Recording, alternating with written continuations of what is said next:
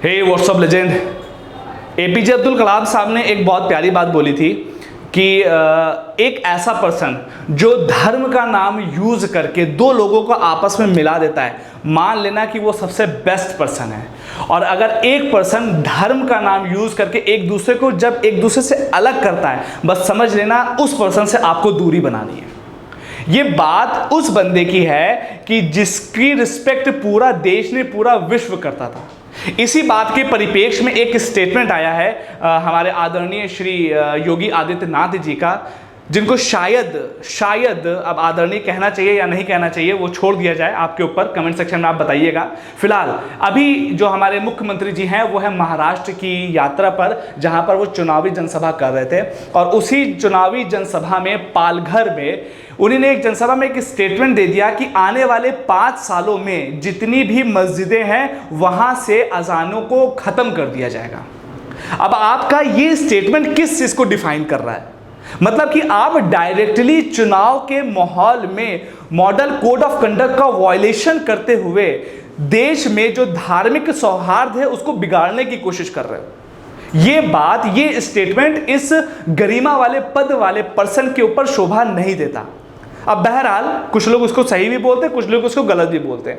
मेरा मुद्दा यह है कि इससे संबंधित जितने भी लीगल प्रोविजन है वो मैं आपके सामने रख दूं।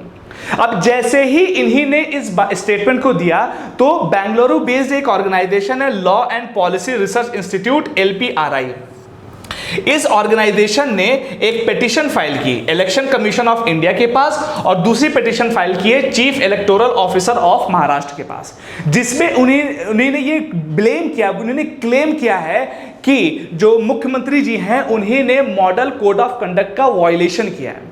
अब ये तो बात उनके पास चली गई। अब इलेक्शन कमीशन ऑफ इंडिया इसके ऊपर कुछ एक्शन लेता है या नहीं लेता है, ये तो देखने वाली बात होगी। फिलहाल इसके संबंध में कुछ लीगल प्रोविजन है, उसके ऊपर मैं आज थोड़ी सी नजर डालना चाहता हूं। सबसे पहले हम बात करेंगे वो कौन कौन सी जगह है जहां पर इससे संबंधित कुछ बातें बताई गई हैं। सबसे पहले जहां पर इससे संबंधित कुछ बात बताई गई है वो है रिप्रेजेंटेशन ऑफ पीपल्स एक्ट 1951।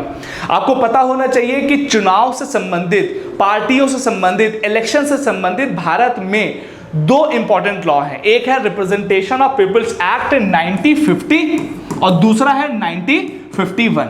ध्यान रखिएगा 1950 बहुत ज्यादा चीजों के ऊपर बातें नहीं करता, लेकिन 1951 इन सब चीजों के ऊपर बातें करता है कि अगर किसी ने कुछ गलत किया हो तो उसको सजा देने का जो प्रोविजन है वो 1951 वाले क्लॉज में। तो अगर जो ये केस हुआ है इस पर अगर इलेक्शन कमीशन ऑफ इंडिया कोई भी सजा देगा तो वो 1951 वाले क्लॉज को देख के ही देगा।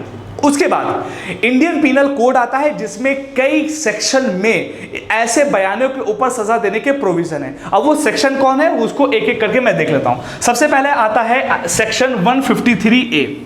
ये सेक्शन ये बोलता है कि अगर किसी भी व्यक्ति के बयान से रिलीजियस ग्रुप के बीच में शत्रुता बढ़ती है तो उसे सेक्शन 153A के तहत सजावार घोषित किया जाएगा। किसी के बयान से अगर 2 रिलीजियस ग्रुप में शत्रुता बढ़ती है तो 153A। उसके बाद दूसरा सेक्शन आता है 295A। यह बोलता है कि अगर रिलीजियस फीलिंग किसी के स्टेटमेंट के बाद वो भंग होती है, अगर रिलीजियस फीलिंग किसी के स्टेटमेंट के बाद भंग होती है और उसके बाद कुछ लोग उग्र हो जाते हैं तो उस पर्सन को पकड़ा जाएगा जिसकी वजह से ये फीलिंग भंग हुई है और उसको इसी सेक्शन 295A के तहत सजा दी जाएगी। और उसके बाद तीसरा सेक्शन है सेक्शन 505 का क्लॉज 2। इसमें क्या बोलती है कि अगर 2 क्लासेस हैं, मतलब कि 2 समुदाय या 2 ग्रुप हैं, उसमें किसी भी प्रकार से बैर उत्पन्न होता है किसी की बयानबाजी से तो उसको सेक्शन 505 के क्लॉज 2 के तहत सजा दी जाएगी।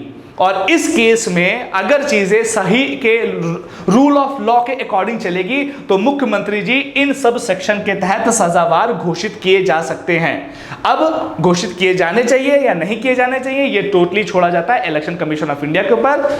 बाकी इसी से संबंधित और इसी की तरह इंफॉर्मेटिव वीडियोस के लिए आप मीमांसा IAS के चैनल को सब्सक्राइब कर सकते हैं। वीडियो अच्छी लगी हो तो लाइक जरूर करिएगा and thank you so much. Stay obsessed and खोखली बातें नहीं।